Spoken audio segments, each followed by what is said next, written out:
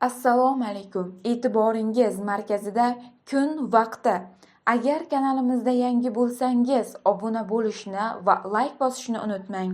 O'zbekiston Respublikasi Vazirlar Mahkamasining qarori ayrim turdagi nafaqalarni tayinlash va to'lashni tartibga solish chora-tadbirlari to'g'risida O'zbekiston Respublikasining Mehnat kodeksiga muvofiq vaqtinchalik mehnatga layoqatsizlik, homiladorlik va tug'ish davrida yangi tug'ilgan bolani farzandlikka olgan yoki unga vasiy qilib belgilangan hamda bolani parvarishlash ta'tilidagi xodimlarga nafaqalarni tayinlash va to'lashni tartibga solish maqsadida Vazirlar Mahkamasi qarori qabul qilindi.